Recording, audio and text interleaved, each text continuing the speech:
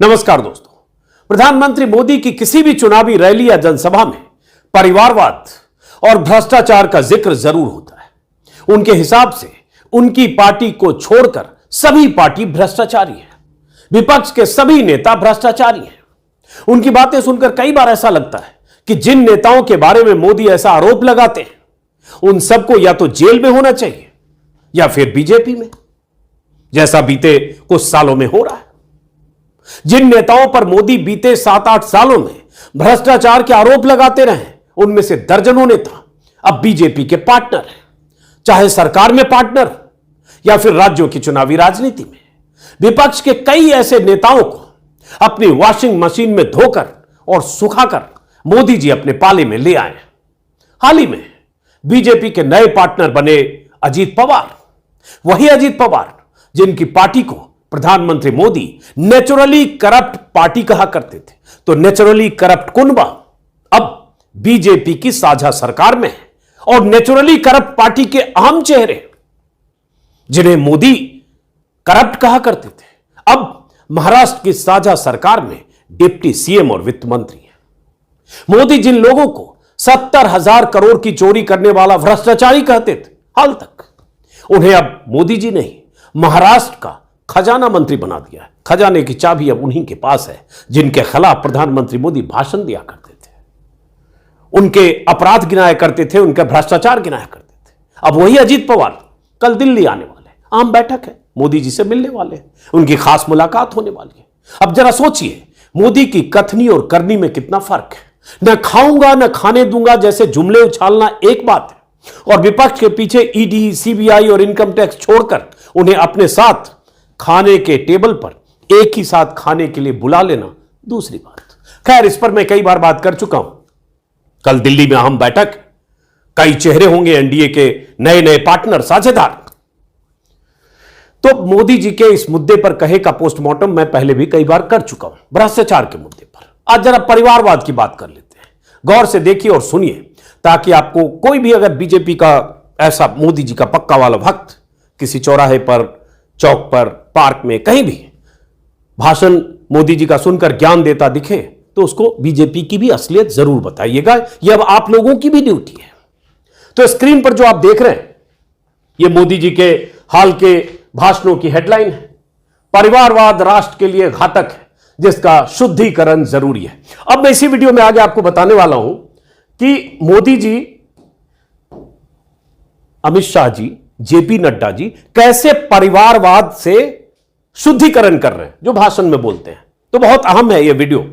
उसके बाद परिवारवाद पर पीएम मोदी ने विपक्ष को घेर लिया।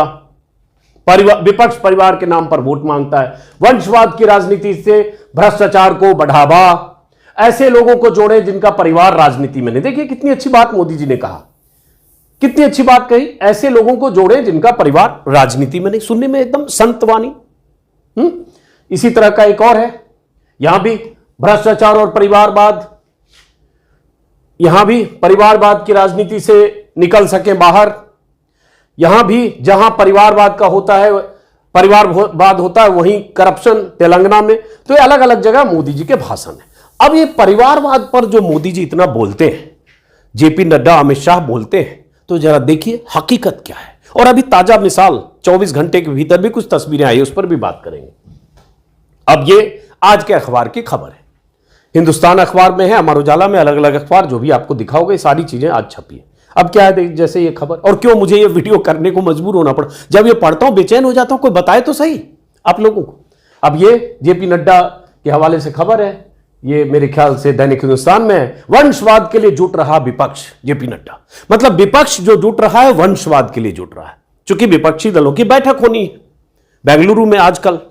और इधर उसी दिन जिस दिन बेंगलुरु में बड़ी बैठक है 18 तारीख को ही एनडीए ने जो अपना कुनबे का विस्तार किया है, जिसमें 6-7 नए पार्टनर साझेदार खोजे हैं, उन सब के साथ बड़ी बैठक 18 को, एक ही दिन। तो अब इन्होंने कहा वंशवाद के लिए जुट रहा है कुनबा। और ये जेपी नड्डा के साथ जो तस्वीर है, ये है, तस्वीर में है वसुंधरा राजे सिंधिया जी। अगर वसुंधरा जी की भी बात करेंगे तो ये भी वंशवाद की ही पैदाइश है या उसी श्रृंखला की है। इनकी माता आप जानते होंगे, अब बहुत इसमें जानकारी देने वाला हूं आपको। राजमाता सिंधिया, ठीक है, वो इनकी ये सुपुत्री हुई राजमाता की। वो जनसंघ में भी थी, बीजेपी की जो फाउंडर मेंबर्स जो थे उनमें थी। 80 में बीजेपी का गठन हुआ, उसके पहले जनसंघ में थी। अब इनके जो भांजाश्री हैं ज्योतिरादित्य सिंधिया, इनका खुद का बेटा दुष्यंत सिंह, वो अभी बीजेपी के सांसद है झालावाड़ से, जो ये वंशवाद के खिलाफ चूंकि बोल रहे हैं इसलिए बात होनी चाहिए। दुष्यंत सिंह इनके बेटे हैं,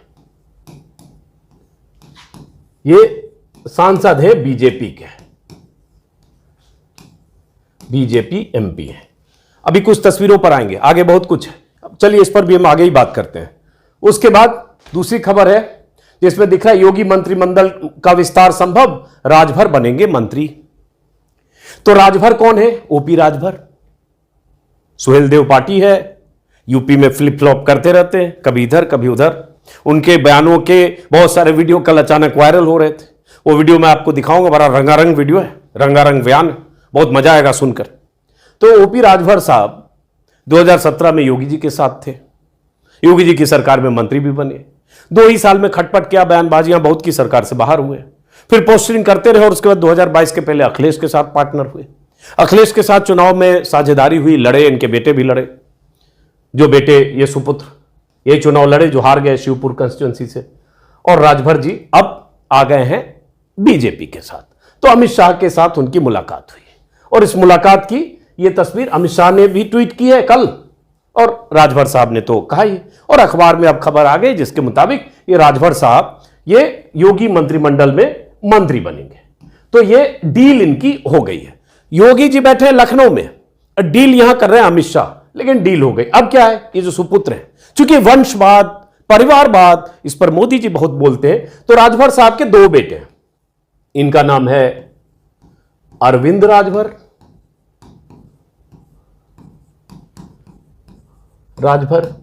एक और सुपुत्र है इनका नाम है अरुण राजभर। अब समझिए कि ये सब लोग बिल्कुल वंशवाद के खिलाफ है मोदी जी। ये 2 बेटे हैं इनके, ठीक है। तो अरविंद राजभर साहब, राजमंत्री का दर्जा इन्हें भी मिला हुआ था, महत्वाकांक्षी ये भी हैं राजनीति में, चुनाव भी लड़े, हार गए 2022 में किसी अनिल राजभर नाम के बीजेपी के प्रत्याशी से। पिताजी को कहा जा रहा है अब योगी मंत्रिमंडल में सीट मिलेगी, क्योंकि 2024 का चुनाव है। मोदी जी कहीं भी किसी ढंग का जोखिम मोल नहीं लेना चाहते हैं। यूपी में कुछ सीटों पर लगता है कि कहीं चुनौती मिलेगी, उसमें से पूर्वी उत्तर प्रदेश की कुछ सीटें हैं, इसलिए वहां सेट कर रहे हैं। एक जातीय आधार पर इनका वोट बैंक है, इसलिए सेटिंग करने के लिए छोटे दलों को मिलाने की कोशिश हो रही है। वैसे बिहार में भी हो रही है। बहरहाल तो हम परिवारवाद पर सीमित रहते हैं। तो बहरहाल तो इनके एक बेटे हैं अरुण राजभर। अब इन बेटे के बारे में कहा जा रहा है कि इनको गाजीपुर से हो सकता है टिकट मिले, क्योंकि गाजीपुर की सीट अफजाल अंसारी को सजा मिलने के बाद खाली हुई है, जो वहां से गाजीपुर से सांसद थे, मुख्तार अंसारी के भाई। तो ये सीट के दावेदार इनके एक सुपुत्र हैं अरुण राजभर साहब। मिलेगा नहीं मिलेगा, डील क्या हुई है ये जानते होंगे, और या फिर अमित शाह जानते होंगे, इन दोनों के बीच है। इनकी भी महत्वाकांक्षा है, चुनाव हार चुके हैं, तो कुछ डील इनके लिए भी हो रही होगी। तो पापा, 2 पुत्र, इनकी पत्नी, इनके भाई की पत्नी प्रधानी में शायद लड़ी थी, हारी या जीती मुझे याद नहीं। पूरा कुनबा वंशवाद, परिवारवाद की बुनियाद पर है। मुझे कहने की जरूरत नहीं है, आप गूगल सर्च करेंगे पूरा पारिवारिक आपको मिल जाएगा। लेकिन यह परिवारवाद नहीं है ये, क्योंकि ये बीजेपी की तरफ आ गए। अब जरा इनके कुछ भाषण आपको हम सुनाते हैं। और ये बीजेपी, अमित शाह और मोदी की बीजेपी किस तरह से हर तरह के हथकंडे इस्तेमाल करती है, चाहे वंशवाद की बात करके वंशवादी पार्टी अगर जिसको कहती है वही उनको मिलाती है, या उन लोगों को लेकर आते हैं, या भ्रष्टाचार के जो आरोप लगाते हैं उनको लेकर आते हैं, जो इन्हें हर तरह की गाली देते हैं, लिटरली मां बहन की गाली, उन्हें भी अपनी पार्टी में लाते हैं। जैसे ओम प्रकाश राजभर ने एक ऐसी भी गाली दी थी, किसी वीडियो में है, बताया गया, मेरे सहयोगी ने बताया। फिलहाल सुनिए कि बीजेपी क्या क्या कर सकती है और किन किन लोगों को लाती है। अब ये राजभर साहब को देखिए, पहले भी थे, बीच में क्या संकल्प ले रहे थे बीजेपी के खिलाफ। सुनिए, छोटे छोटे टुकड़े, अलग अलग चैनल और यूट्यूब चैनल के सौजन्य। दुनिया में अगर झूठ बोलने वाला कोई नेता है तो उस नेता का नाम है नरेंद्र मोदी जी। नरेंद्र मोदी जी, उन्होंने कहा था कि देश नहीं बिकने दूंगा, सौगंध मुझे इस मिट्टी की। रेलवे बेच दिया, बैंक बेच दिया, LIC बेच दिया, BSNL बेच दिया, कोयले की खदान बेच दिया। नारा दिया था, ऐ देश के गरीबों, हवाई। यही रोक देते हैं। दुनिया में कोई झूठ बोलने वाला नेता है तो उनका नाम है नरेंद्र मोदी जी। ये है OP राजभर जी, जो 2022 के चुनाव के पहले और 2021 के बाद जब वो बीजेपी से खफा होकर और उसके बाद बीजेपी के खिलाफ मोर्चेबंदी कर रहे थे तो क्या बोल रहे थे, कुछ और सुनिए। जैसे ये हिंदी खबर चैनल पर एक संवाद है, ये भी सुनिए। छोटे छोटे, दुनिया में अगर झूठ बोलने वाला कोई नेता है तो उस नेता का नाम है नरेंद्र मोदी जी। दूसरे नंबर का अगर झूठा कोई है उत्तर प्रदेश में तो उस नेता का नाम है योगी आदित्यनाथ जी। अरे ऐसे अब देखिए, पहले नंबर पर मोदी जी, जिनके दूसरे नंबर के आदमी अमित शाह जी। अमित शाह जी के साथ इनका फोटो देखा। अब ये करें दूसरा कोई झूठा है दुनिया में तो योगी जी। और अब ये कहां जा रहे हैं, योगी जी के मंत्रिमंडल में। तो जिसको झूठा कह रहे थे उनके मंत्रिमंडल में जाएंगे। और परिवार की बात मैंने कह दिया आपको। अब ये विचार, परिवार और भ्रष्टाचार, इन तीनों से बीजेपी का क्या रिश्ता है, जब आप बोलते हैं और करते हैं उसको समझिए। अभी एक और सुनिए छोटा सा, बहुत इंटरटेनमेंट। तुझे तो वहां पहुंचाऊंगा जहां भीख मांगने की ट्रेनिंग दी जाती है। कहां चल रहा तू? इस सोचत रहना कोई ना बोली। अरे तोहरे डरबौले वही भीतरा, हम तक पता नहीं भीतरा हमने का बताइए अब कोई। ये बीजेपी के लिए कह रहे चुनाव के बाद योगी को वहां पहुंचाऊंगा जहां भीख मांगने की ट्रेनिंग दी जाती है, योगी और बीजेपी के लिए। और उसी योगी की सरकार में भाई साहब मंत्री होंगे। ऐसे एक और वीडियो है, देखिए, ये ललन टॉप के सौजन से, इसको भी जरा सुनिए। भगवान भी आकर के हमारे सामने प्रकट होके कहें कि चलो भाजपा में, हाँ, तब भी मैं नहीं जाऊं। भगवान भी आकर के हमारे सामने प्रकट होके कहें कि चलो भाजपा में, हाँ, तब भी मैं नहीं जाऊं। क्या कहा कि भगवान भी प्रकट होकर अगर हमको कहे कि चलो भाजपा में, तब भी हम नहीं जाएंगे।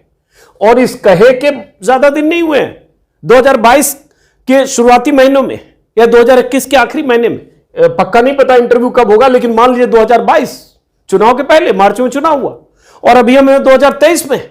उसके पहले ऐसा कहने वाला आदमी बीजेपी, देखिए दल बदल हर आदमी करता है या हर पार्टी में होता है, हर पार्टी में दल बदलुओं को लाया जाता है। चुनाव में इस तरह से दल बदल, इसको अवसरवाद कहें, जो भी कहें, इसके कोई भी नैतिक मर्यादाएं बीते दशकों में टूटी है, इसलिए इसकी मिसालें 50 हैं। लेकिन ऐसा कहने वाला, गाली देने वाला आदमी बीजेपी के लिए आज कितना अहम है। और वो प्रधानमंत्री मोदी भाषण में लेक्चर देते हैं परिवारवाद, वंशवाद, विचार, और बीजेपी के विचार की बात करते हैं। क्या है बीजेपी, अब ये देखिए एक और भाषण। कितने दिन तक दूसरे की बात मानोगे? अभी एक चर्चा बड़ी तेजी से भारतीय जनता पार्टी के लोग फैला रहे हैं कि गठबंधन है हम लोगों का, महेंद्र नहीं लड़ रहे हैं। यहां जितने लोग हो आप बताओ, महेंद्र चुनाव लड़ रहे हैं कि नहीं लड़ रहे हैं? कितने लोगों को मालूम है? हाथ उठाओ। जो व्यक्ति अगर इस तरह का बोलते हुए मिल जाए, अगर भाजपा का नेता, जूता निकाल करके उसको 10 जूता मारो कि तुम नहीं लड़ रहे हो। अब देखिए, ऐसी इन्होंने मां की गाली दे दी बीजेपी नेताओं के लिए। देखना भाई, इसको म्यूट कर देना, बीच में कहीं बीप लगा देना, क्योंकि हम सुना नहीं सकते। सीधी मां की गाली इन्होंने भाजपा नेताओं, जूता मारो जहां भी मिले भाजपा ही, जूता मारो, ये तो कह रही है, लेकिन सीधी मां की गाली। अचानक प्ले हो गया, मुझे पता नहीं था, नहीं तो मैं एडिट करके इसको डालता, लेकिन फिलहाल बीप कर देंगे। तो जो ऐसे बहुत सारे बयान हैं, बीजेपी को उखाड़कर समंदर में फेंक दूंगा। बल्कि सच कहूं तो जब ये सब भाषण और बयान में सुनता था 2022 के पहले, और मुझे भी अप्रोच किया गया कि आप इंटरव्यू करिए, लेकिन मुझे लगा इतना बड़बोला आदमी है, हर इंटरव्यू में बड़ी बड़ी बातें कर रहा है, तो फिर किसी वजह से मैं नहीं इंटरव्यू कर पाया। करना चाहिए, अगली बार मिलेंगे। अब पता नहीं इस वीडियो से नाराज हो जाए, हालांकि नाराज ऐसे लोग होते नहीं, चूंकि यही काम करते हैं, बोलना उनको भी पता है। तो कभी मिलेंगे राजभर साहब से तो मैं यही सब पे पूछूंगा। इतना बड़बोला आदमी, पूरे चुनाव में बड़ी बड़ी बातें करता हुआ आदमी, जिसे 6 सीटें मिली जीते, जिनका बेटा चुनाव हार गया, लेकिन वो ऐसी बातें कर रहे थे कि बीजेपी को 200 सीट पर, तो उनके भाषण, उनकी सभाएं, उनकी बातें सुनकर 150-200 सीट बीजेपी हार जाएगी और सरकार बन जाएगी। लेकिन जब सरकार नहीं बनी, या अखिलेश यादव हार गए, या जब लगा कि अब कोई फायदा नहीं है विपक्ष में, कितना हम पैर घसीटेंगे, क्योंकि सत्ता का स्वाद इन्होंने चखा था पहले, तो फिर क्या हुआ? कुछ ही दिन के बाद से समाजवादी पार्टी या विपक्षी गठबंधन को की आलोचना करने लगे, और ये आया कि 22 से ये 23 में आए। 21 में चुनाव हुआ था 2022 में, 22 में, हाँ 23 में आए, और उसके बाद बीजेपी के साथ चले गए। तो ये तो है राजभर साहब, अवसरवाद और मौका परस्ती। लेकिन ये सब लोग करते हैं, इसलिए सिर्फ उनको नहीं कर सकते। मैं तो, मेरे केंद्र में मोदी जी हैं, शाह जी हैं। अब ये बहुत सारा बीच बीच में वायरल होता रहता है कि कैसे बीजेपी में परिवारवाद है, या कैसे परिवारवादियों को बीजेपी बढ़ाती है, या अगर दूसरी पार्टी में है या कांग्रेस में है तो कोई परिवारवाद है, वही अगर बीजेपी में आ गया तो परिवारवाद नहीं है, या परिवारवाद की परिभाषा सिर्फ राहुल गांधी तक सीमित है। परिवारवाद की परिभाषा के दायरे से मेनका गांधी, वरुण गांधी कैसे मुक्त हो सकते हैं? एक ही परिवार की पीढ़ी है, इंदिरा गांधी की बहू मेनका गांधी, इंदिरा गांधी की बहू सोनिया गांधी, मेनका गांधी के बेटे वरुण गांधी, सोनिया गांधी के बेटे राहुल गांधी। वरुण और मेनका अगर बीजेपी के साथ है तो परिवारवाद से कोई लेना देना नहीं है। वरुण मेनका के बेटे होने के नाते कम उम्र में पीलीभीत से चुनकर सांसद बन जाते हैं तो परिवारवाद का वहां कोई रिश्ता नहीं है, 3 बार के सांसद है। लेकिन राहुल गांधी परिवारवाद की पैदाइश है या परिवारवाद के बाय प्रोडक्ट है, जो भी यही बोलते हैं। तो यह लिस्ट बार बार वायरल होती है सोशल मीडिया पर। इसमें मेरी कोई भूमिका नहीं है, मिलता रहता, दिखता रहता। अब इसमें कुछ नाम जो दिलचस्प है, सिर्फ उसकी बात करें। जैसे हमने इनकी बात की आपको, वसुंधरा राजे और विजया राजे, विजया राजे सिंधिया, राजमाता विजया राजे सिंधिया जिक्र किया शुरू में। वसुंधरा राजे 5 बार की झालावाड़ से ये सांसद चुनी गई। धौलपुर राजघराने में इनकी शादी हुई थी, राजस्थान की मुख्यमंत्री रही।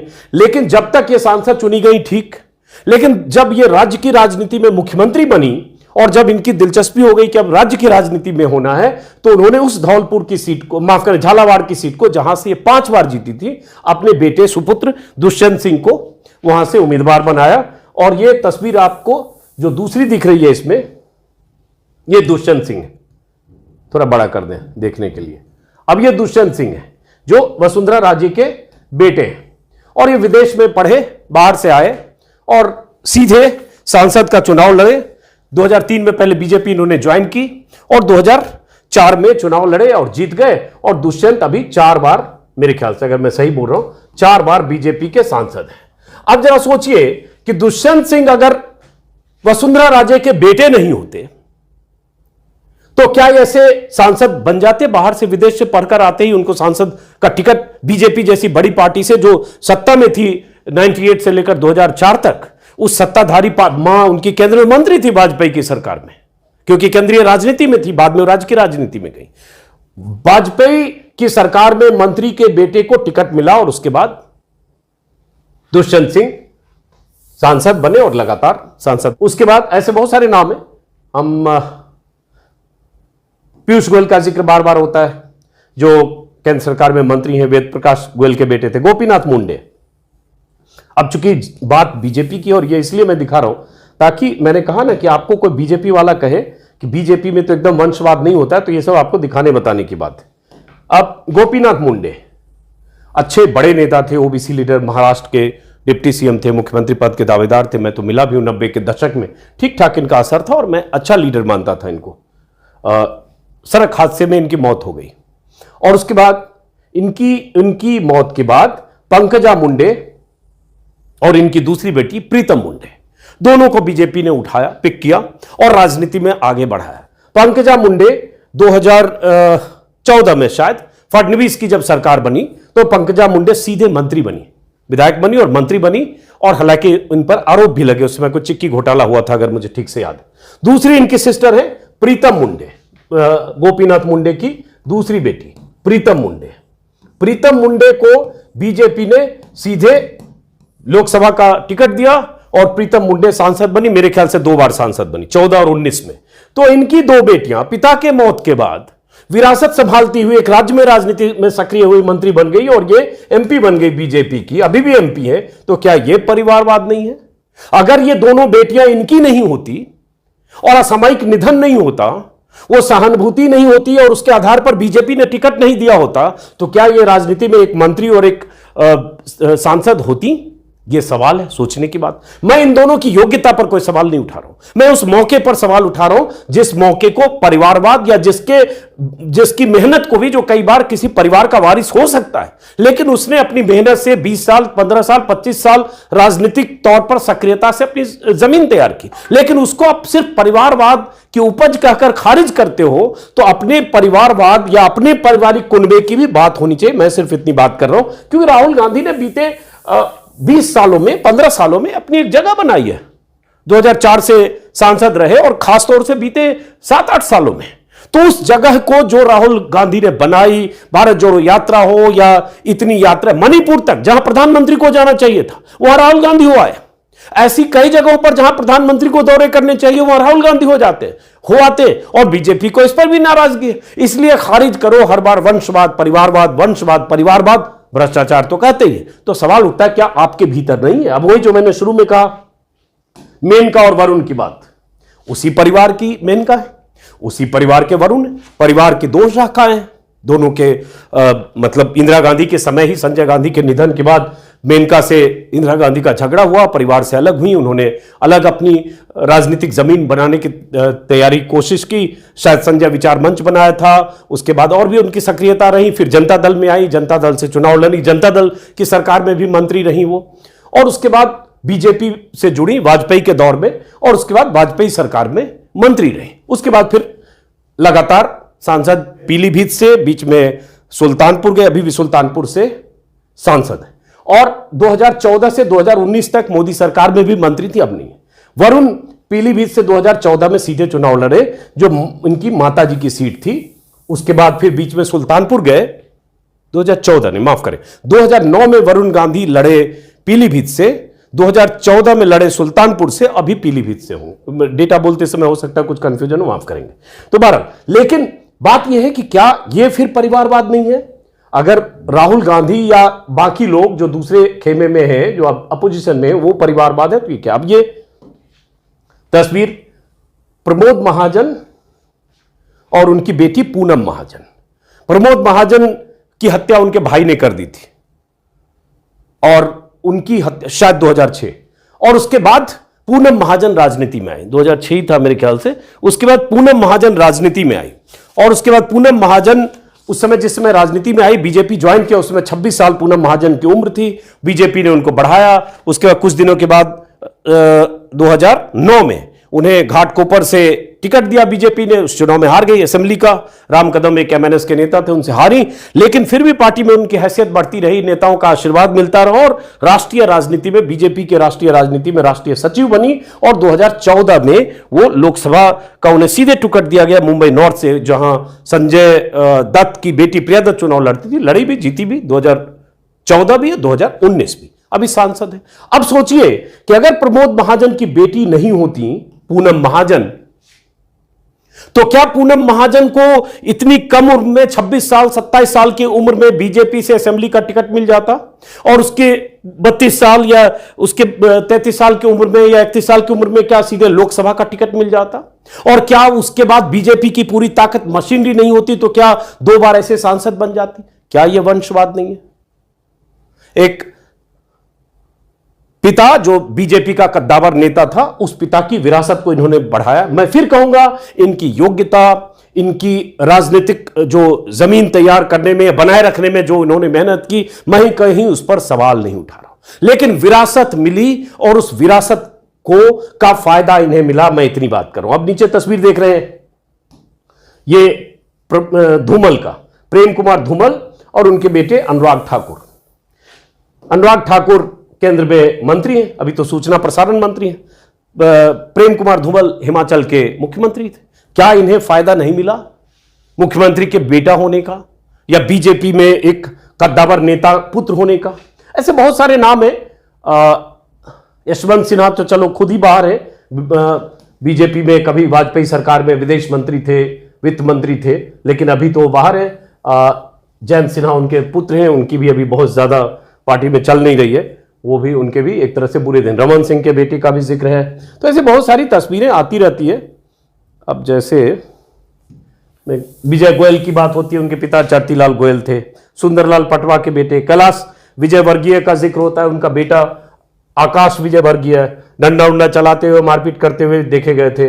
विजय कुमार मल्होत्रा, ऐसे बहुत सारे लोगों का जिक्र जब आप बीजेपी का करेंगे तो वहां भी वंशवाद है। लेकिन दिक्कत क्या है कि वंशवाद की बात जब प्रधानमंत्री करते हैं या बीजेपी के लोग, तो अपना कुनबा भूल जाते हैं। ऐसे ही धर्मेंद्र प्रधान के बारे में है, बहुत सारे लोगों का है। अब लिस्ट बहुत हाँ, ज्योतिरादित्य सिंधिया, उनकी बात बहुत जरूरी है इसमें। जैसे ज्योतिरादित्य सिंधिया है, इनको हम छोटा करते हैं इस तस्वीर को। अब ये ज्योतिरादित्य सिंधिया माधवराज सिंधिया के बेटे हैं। अब माधवराज सिंधिया कांग्रेस नेता भी थे, हालांकि बीच में वो कांग्रेस से अलग भी हुए थे, लेकिन ग्वालियर से लगातार जीतते रहे। ग्वालियर, गुना और महाराज तो रहे ही सिंधिया राजघराना। माधवराज सिंधिया का एक विमान दुर्घटना में उनकी डेथ हुई, शायद 2001 था। और उसके बाद उस समय ज्योतिरादित्य सिंधिया की उम्र कम थी, 29 या 30 साल उम्र थी। और गुना में जहां से वो सांसद थे माधवराज सिंधिया, गुना सीट खाली हुई और उसके बाद माधवराज सिंधिया की सीट से ज्योतिरादित्य सिंधिया सांसद बने और जीते। तो क्या अगर माधवराज सिंधिया के बेटे नहीं होते तो 30 साल की उम्र में कहीं बाहर से पढ़कर आने की वजह से और कहीं चुनाव में टिकट मिल जाए और उसके बाद जीत जाए कांग्रेस जैसी पार्टी का, और उसके बाद 2004 में भी जीते और जीत कर आए, तो उसके बाद कुछ दिनों के बाद मनमोहन सिंह की सरकार में मंत्री बन जाए और मंत्री ही नहीं स्वतंत्र प्रभार मिल जाए, क्या ये परिवारवाद नहीं है? भाई 3 पीढ़ियां परिवार में, चौथी पीढ़ी तैयार है, कहा जा रहा है इनके भी पुत्र आने वाले समय में बीजेपी को मिल सकते हैं। तो ये परिवारवाद है कि नहीं? राजमाता सिंधिया, हालांकि दोनों की राजनीति अलग थी। राजमाता सिंधिया बीजेपी की तरफ थे, माधवराव सिंधिया कांग्रेस में थे। एक जमाने में अटल बिहारी वाजपेयी को माधवराव सिंधिया ने हरा दिया था ग्वालियर से, लेकिन फिर भी परिवार तो था कहीं, इनका परिवार तो था।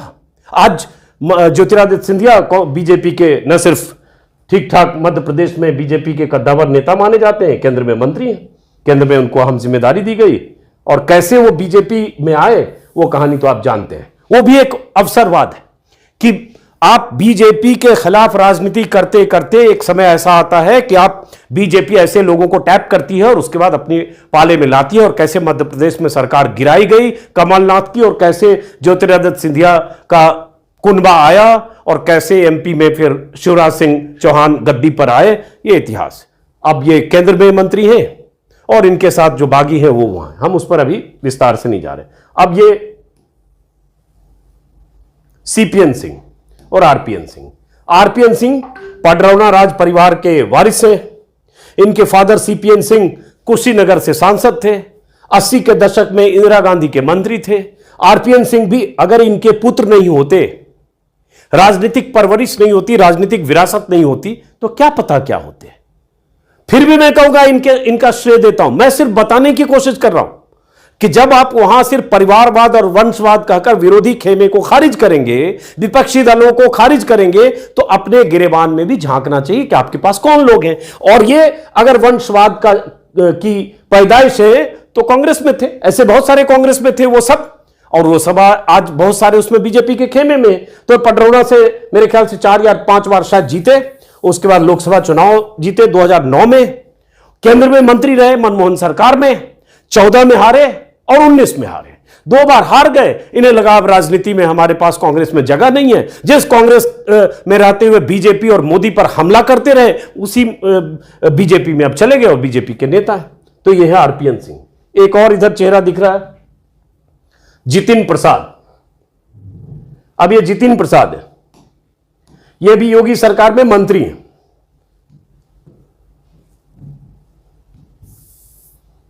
ठीक है, योगी सरकार में मंत्री हैं। इनके फादर थे जितेंद्र प्रसाद, ये कांग्रेस के लीडर थे। नरसिंह राव सरकार के समय में राजनीतिक सलाहकार भी थे। हालांकि एक समय सोनिया गांधी के खिलाफ बगावत करके उन्होंने सोनिया के खिलाफ भी अध्यक्ष का चुनाव लड़ा था, लेकिन कांग्रेस ही थे। इनके पुत्र जितिन प्रसाद, पिता के निधन के बाद पिता की विरासत संभाली, चुनाव लड़े, जीते, कम उम्र में केंद्र में मनमोहन सरकार में मंत्री बने। तो युवा जो मंत्रियों का जत्था था मनमोहन सिंह की सरकार में, आरपीएन सिंह, सिंधिया, जितिन प्रसाद, ऐसे कई नाम थे, मिलिंद देवड़ा, मुरली देवड़ा के बेटे, अभी वो बीजेपी में नहीं है, क्या पता आगे क्या हो। ऐसे कई नाम थे जिनकी विरासत थी। अगर परिवारवाद कहेंगे तो वो परिवार उनका राजनीतिक था और उनको पिता से विरासत मिली, पिता की सियासी जमीन मिली, वरना कोई वजह नहीं है कि कहीं से पढ़ के आए और सीधे लोकसभा का चुनाव लड़े और जीत जाएं। तो वो उसका फायदा एक बेस मिला। वो सब जो कांग्रेस में थे उनमें से ज्यादातर आज की तारीख में बीजेपी में चले गए। तो मोदी जी क्या उन्हें नहीं देखते? ऐसे बहुत सारे लोग हैं। बहरहाल उसके बाद एक जिक्र होता है, इसमें कुछ तस्वीरें मैं नहीं देख रहा हूं, एक जिक्र होता है जब परिवारवाद का, हां, सोनेलाल पटेल, उनकी बेटी अनुप्रिया पटेल, हालांकि सोनेलाल पटेल की दूसरी बेटी पल्लवी पटेल दूसरे खेमे में है, मतलब वो अखिलेश यादव के टिकट पर चुनाव लड़ी और केशव मौर्य को उनकी कंस्टिट्यूएंसी से हराया। कंस्टिट्यूएंसी का नाम अचानक सिराथू से हराया, सिराथू में गया भी था। पल्लवी ने हराया नारायण राणे। अब नारायण राणे उसकी भी मिसाल है कि नारायण राणे पर करप्शन के आरोप बीजेपी लगातार लगाती रही। किरीट सोमैया जो बीजेपी के सांसद, पूर्व सांसद है, लगातार घेरते रहे। नारायण राणे मोदी सरकार के अहम चेहरे हैं महाराष्ट्र से, और इनके पुत्र जो एमपी रहे हैं अब जाहिर है बीजेपी के साथ है। किरण रिजिजू के पिता पॉलिटिकल थे, वीरेंद्र सिंह, बहुत सारे नाम है, अब एक एक नाम करेंगे तो और भी लंबा है, बहुत सारे नाम है। बहरहाल तो कहने का आशय यह है कि अगर परिवारवाद आप कहते हैं तो क्या अपने कुनबे को आप देखते हैं कि आपके कुनबे में कौन कौन लोग हैं जो, हाँ एक नाम तो और है, देखो ये तो बहुत अहम था, भूल गया था मैं शुरू में। अब ये अमित शाह जी हैं। ठीक है, अमित शाह ने राजनीति में अपने तय जमीन तैयार की। प्रधानमंत्री मोदी उनके खास हैं, उस समय जब गुजरात में मुख्यमंत्री हुआ करते थे और शुरुआती दौर में जब प्रधानमंत्री क्या मुख्यमंत्री भी नहीं बने थे, बीजेपी आरएसएस के कार्यकर्ता थे, उन्हीं दिनों की दोस्ती है, परिचय है। पाइप का कारोबार किया करते थे अमित शाह, एबीवीपी में थे, अखिल भारतीय विद्यार्थी परिषद में, उन्हीं दिनों में उनकी मोदी जी से मुलाकात हुई 80 के दशक में, और उसके बाद उनकी दोस्ती आज कहाँ है, किस रूप में। लेकिन हमारा विषय वो नहीं, हमारा विषय बगल में जो देख रहे हैं ये जय शाह साहब। क्या अमित शाह के बेटे नहीं होते जय शाह? तो आज जो क्रिकेट कंट्रोल बोर्ड पर कब्जा है, ऐसा कब्जा है कि बड़े बड़े खिलाड़ी भी, बड़े बड़े दुनिया भर में नाम कमा चुके भारत के बैट्समैन हो, कैप्टन हो, किसी की कोई हैसियत है क्या जय शाह के सामने? कई बार तस्वीरें आती है, लगता है सौरभ गांगुली हो चाहे कोई हो, उसके सामने कोई नहीं है। तो ये अमित शाह के बेटे होने का फायदा है, गृह मंत्री के बेटे और एक ताकतवर नेता के बेटे होने का फायदा है, या जय शाह में इतनी बड़ी क्वालिटी है, क्रिकेट के ऐसे इंटरनेशनल एक्सपर्ट हैं कि भारत को जिताने का सारा फॉर्मूला उन्हीं के पास है। क्रिकेट को मैनेज करने, बीसीसीआई को मैनेज करने, खिलाड़ियों को मैनेज करने, टीम को मैनेज करने, आईसीसी पर दखल और प्रभाव इतना है कि उनके बिना तो बीसीसीआई का भट्ठा बैठ जाता है। इसलिए कहा गया कि इन्हीं को लो। क्या यह सच है? नहीं। तो यह भी तो परिवार का हिस्सा है, और यह उस परिवार की ताकत के प्रतिफल है। अब चेहरा इनका भी लोग लेते हैं जब जिक्र करते हैं। पंकज सिंह राजनाथ सिंह के बेटे, हालांकि मैं राजनाथ सिंह को थोड़ा कंपैरेटिवली डिफरेंट लीडर मानता हूं, नोएडा से विधायक हैं, लेकिन हां राजनाथ सिंह की तो बेटे हैं ही, वरना बहुत सारे नेताओं के बेटे झंडा बैनर लेकर घूमते रह जाते हैं, दरी बिछाते रह जाते हैं, माइक लगाते, पंडाल ठीक करते रह जाते हैं, नेताओं के आगे पीछे घूमते रह जाते हैं, उन्हें टिकट नहीं मिलता, असेंबली का नहीं मिलता, सांसद की छोड़ दीजिए, मंत्री बनना छोड़ दीजिए। तो ये सब भी होता है। हालांकि मैं फिर इसमें लगाऊंगा, ऐसी भी सैकड़ों मिसालें हैं जिसके परिवार से कोई राजनीति में नहीं था, लेकिन उसने अपने दम पर जमीन तैयार की, बनाई और लीडरशिप कायम की। नरेंद्र मोदी उसकी मिसाल है।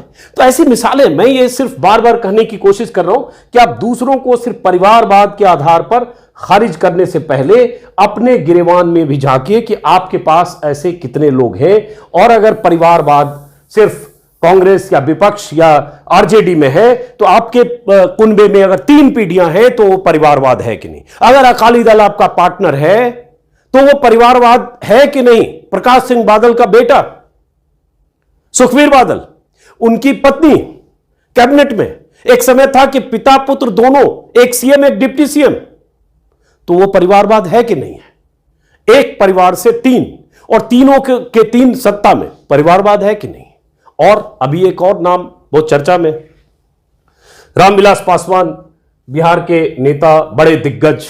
77 में उन्होंने रिकॉर्ड बनाया था हाजीपुर से चुनावी विक्ट्री का, चुनावी जीत का। उनके सुपुत्र चिराग पासवान जमुई से सांसद हैं। अब चिराग पासवान, रामविलास पासवान के निधन के बाद चिराग पासवान और उनके चाचा पारस, पशुपति कुमार पारस, उन दोनों में दो फाड़ है। जो पासवान की पार्टी है दो हिस्सों में है, लोक जनशक्ति पार्टी लोजपा, एक पर कब्जा आधा, वो चिराग कहते हैं हमारी असली पार्टी, पशुपति कुमार पारस कहते हैं हमारी असली पार्टी। चुनाव आयोग ने भी उनकी हैसियत को मान्यता दी, सरकार ने दी, सरकार में शामिल किया। अब चिराग को भी चाहते हैं मोदी और अमित शाह के इनके साथ आ जाएं, चूंकि चुनाव है अगले साल।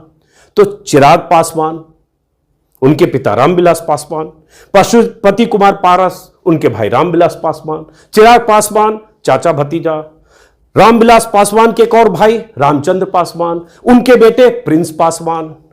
तो ये सब तो कुनबा है। वो भी चुनाव लड़े, जीते रामचंद्र पासवान के निधन के बाद समस्तीपुर से। तो ये परिवार है कि नहीं? आप पूरे परिवार को आज अपने साथ समेट रहे हो, परिवार है कि नहीं? एक ही परिवार से 5-4 सांसद हैं। क्या वो रामविलास पासवान के बेटे चिराग पासवान नहीं होते तो क्या वो ऐसे जमुई सीट से जाकर जीत जाते? एक्टिंग में हाथ आजमा रहे थे। राजनीति में कोई ऐसी जमीन, ऐसी तैयारी या जमीन पर 10-20 साल कोई घिसाई नहीं की थी, उन्होंने चप्पल घिसाई नहीं की थी। रामविलास पासवान के बेटे थे, रामविलास पासवान की मेहनत थी, उनका 6%, 7% वोट बैंक था, गठबंधन था, जीत गए। तो वो परिवारवाद नहीं है क्या?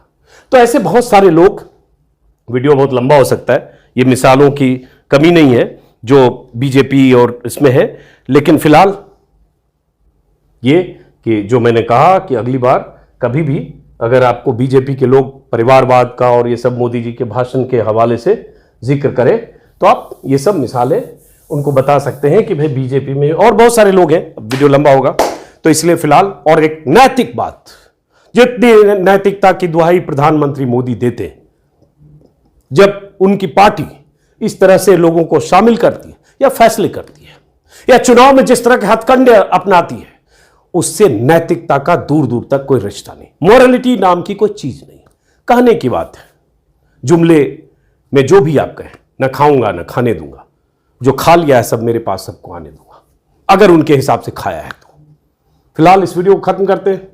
मोदी जी को प्रणाम है। चुनाव में ऐसे बहुत सारी बातें होगी, बहुत सारे भाषण होंगे, उस भाषण से जो निकलेगा उसका हम पोस्टमार्टम करेंगे। नमस्कार।